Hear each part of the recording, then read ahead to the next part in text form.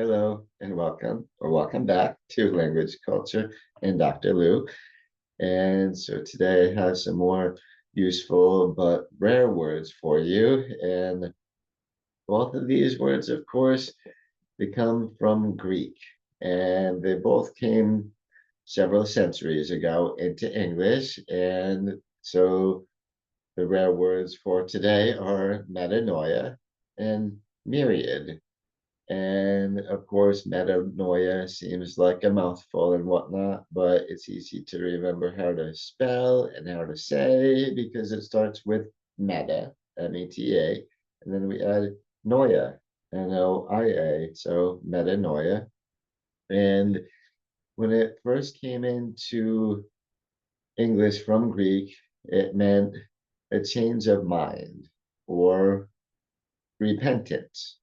And honestly, it still means a very similar thing. What you can use metanoia for, and it's a noun, and metanoia is you can use this when somebody or some group of people have totally changed their way of thinking about something. Like they thought of it one way, and then boom, they do a 180. They have a spiritual awakening or a big political change. And so they are thinking about it differently. And so, for instance, a lot of people end up getting, yeah, a big spiritual transformation out of this. So that can be, let's say, you find God, you find religion and start believing in that wholeheartedly. Or sometimes, along with political movements, this happens where people get convinced to join a certain group think, a certain way of thinking. And sadly, this also happens well when people get sucked into cults and whatnot. So that's metanoia. And so a way to use this in a sentence might be if we're talking about the war in Ukraine, that if Russia were to completely take over Ukraine, um, they would really need a real metanoia among the Ukrainian people, changing their way of thinking from wanting to maintain their distinct culture and their distinct ways into wanting to be part of Russia. So that would be an example of metanoia. So that's metanoia for you. And again, it's easier to remember than you think. Starts with meta, ends with noia, and there you go, metanoia. So the other word that came from Greek also centuries ago into English is myriad. And when this one came into English, it meant 10,000.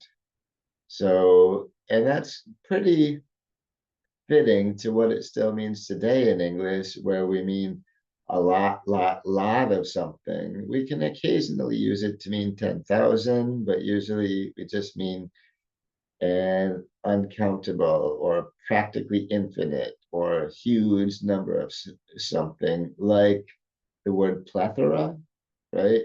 Kind of like the word plethora, except what's different about myriad is that also implies a lot of diversity among these things. Like, for instance, if you have a myriad of buttons, that would be if you have hundreds or maybe thousands of buttons.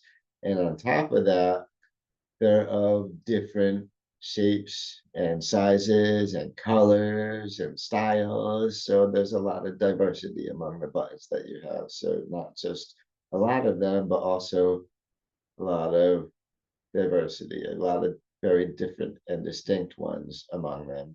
Like if you have a myriad of reasons for taking a job, this means you've thought of it from many different angles. And so you have lots of distinct reasons for wanting to take that job now. Or, yeah, if you have a myriad of things again, it's going to be these things, they're each going to be a little individual from each other to give a lot of diversity and lot of them. So if you have again, if you have a myriad of opportunities in front of you, that means you have a lot of possibilities, a lot of choices to make. And so that's myriad. So again, both of these words came from Greek into English separately from each other, but both hundreds and hundreds of years ago. And so those are the useful rare words I wanted to share with you today. Again, metanoia and myriad.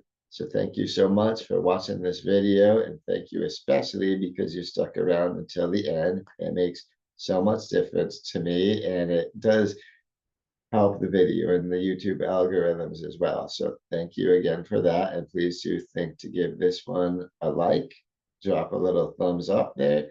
And if you're not subscribed to the channel yet, please do subscribe. You would get more access to video content about language and culture. And so I would appreciate that very much.